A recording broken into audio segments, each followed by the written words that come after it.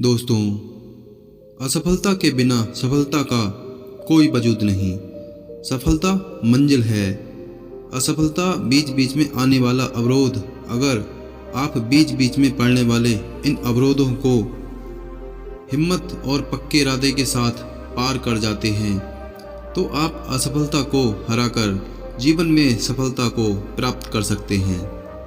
मैं आपको श्रीनिवास रामानुजन की कहानी सुनाता हूँ, जिन्हें दुनिया के महानतम गणितज्ञों में से एक माना जाता है।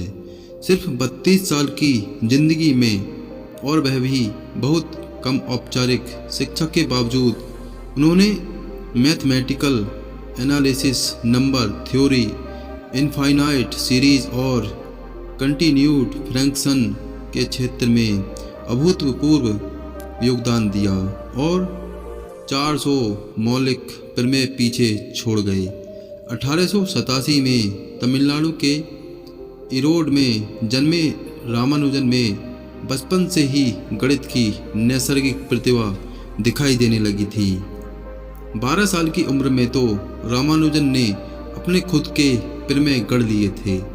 उन दिनों गणित की दुनिया के दिग्गज उनकी पहुंच से दूर यूरोप में केंद्रित थे, इसलिए भारत में रहकर काम करते हुए उन्होंने गणित में शोध की अपनी अलग ही धारा विकसित कर ली।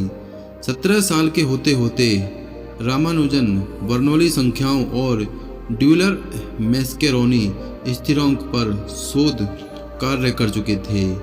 रामानुजन को कुंभकोणम के गवर्नमेंट कॉलेज में पढ़ने के लिए छात्रवृत्ति मिली, जो कि बाद में उनके गणित को छोड़ दूसरे विषय में फेल होने पर रोक दी गई।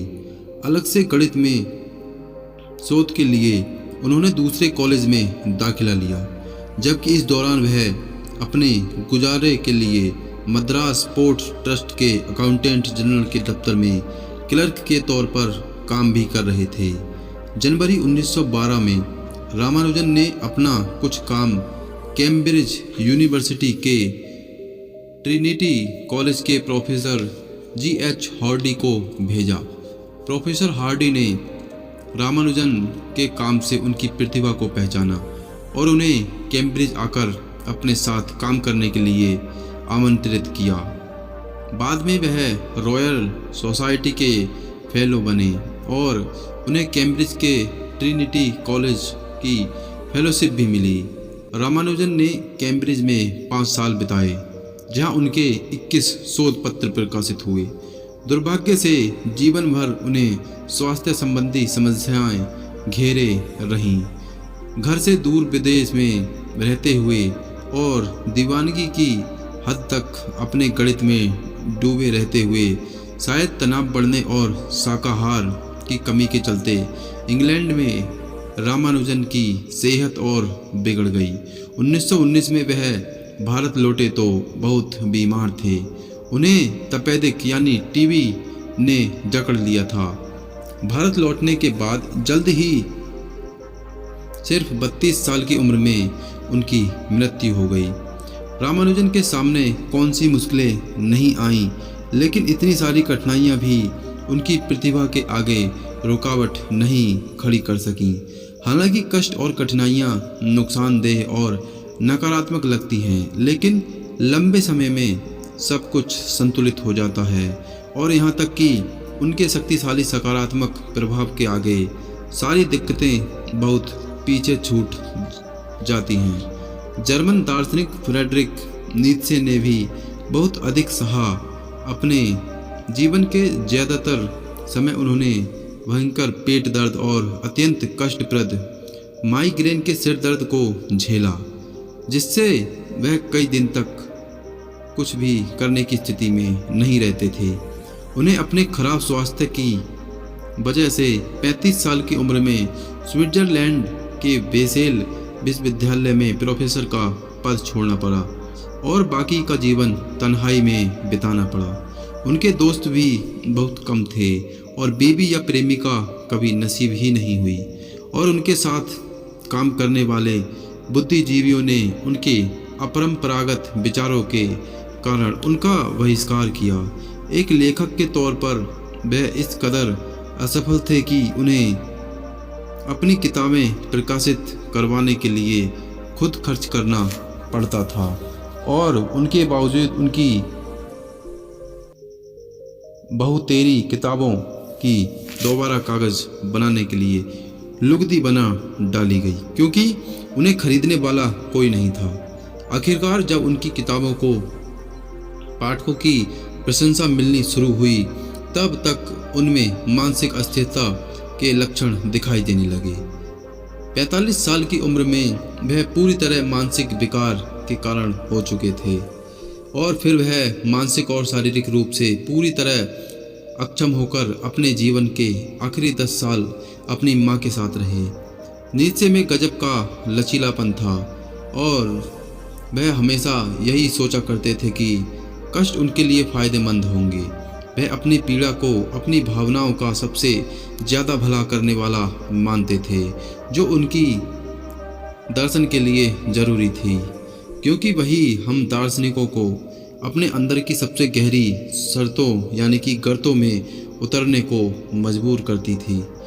मुझे शक है कि ऐसा कष्ट मनुष्य को बेहतर बनाता होगा, लेकिन मुझे इतना ज़रूर पता है कि गहरा ज़रूर बनाता है उनका अपना अनुभव। यह था कि जब इंसान बीमारी, अकेलेपन या अपना अपमान के दौर से निकलकर आता है तो जैसे उसका नया जन्म होता है, नई चमड़ी आ जाती है और उसके साथ आनंद का रस लेने की बेहतर समझ आ जाती है।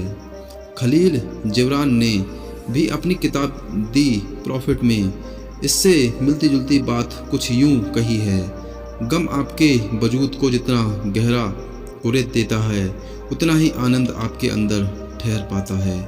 मैं नहीं कहता कि हमें कष्टों का स्वागत करना चाहिए या फिर जानबूझकर उन्हें पाने की कोशिश करनी चाहिए, लेकिन जब कभी जीवन में हमारा उनसे सामना हो तो हमें साफ तौर पर यह ध्यान रखना चाहिए कि कष्टों के ऊपर से नकारात्मक लगने वाले स्तर के नीचे विकास और गहराई तक उतरने की संभावना भी छुपी है।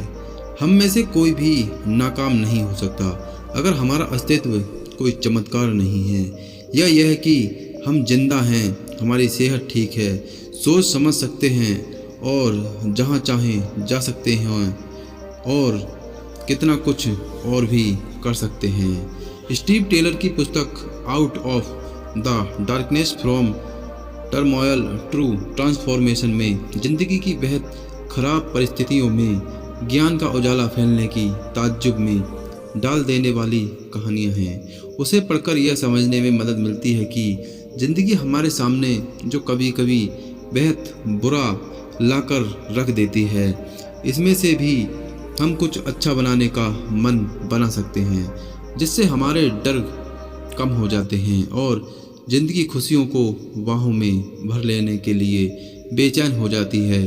इसलिए कभी खुद को असफल मत मानो। ऐसा क्यों होता है कि कुछ लोग कठिनाइयों के दौर से गुजरने के बाद ज़्यादा हिम्मत वाले समझदार हो जाते हैं और हर बात के लिए खुद को धन्य मानने लगते हैं, जबकि कुछ अवसाद और कड़वाहट में डूब जाते हैं और निराशा को अपना लेते हैं। मैं सिर्फ इतना कह सकता हूँ कि मनोवैज्ञानिक उथल पुथल आध्यात्मिक रूपांतरण की कीमियागिरी के लिए उत्प्रेरक की तरह काम करती है और कष्टों की मूल धातु को सुख और मुक्ति के खरे सोने में बदलने का काम करती है। आध्यात्मिक दृष्टि से देखा जाए तो उथल पुथल एक तरह से जागृति पैदा करने वाला काम करती है और मनुष्य की कष्ट से पार पाने की लगभग असीम क्षमता को व्यक्त करती है। जब तक हमारे पास नकारात्मक परिस्थितियों का सामना करने और उन्हें स्वीकार करने का साहस है, तब तक हमें किसी बात से डरने की ज़रूरत नहीं है। लेकिन उससे बढ़कर इससे यह पता चलता है कि मनुष्य के लिए आध्यात्मिक जागृति कितनी स्वाभाविक है और हम सब इससे कितने गहरे जुड़े हैं। जिस कठिन परिस्थिति का आप सामना कर रहे हैं, उसे अपनी आध्यात्मिकता का रस लेने और जीवन में कुछ सार्थक करने की नींव के तौर पर इस्तेमाल करें। तो दोस्तों, ये कहानी आपको कैसी लगी हमें कमेंट बॉक्स के माध्यम से ज़रूर बताएं, और अच्छी लगी हो तो लाइक और सब्सक्राइब और शेयर ज़रूर करें। तो दोस्तों, मिलते हैं अगली कहानी में, तब तक के लिए धन्यवाद।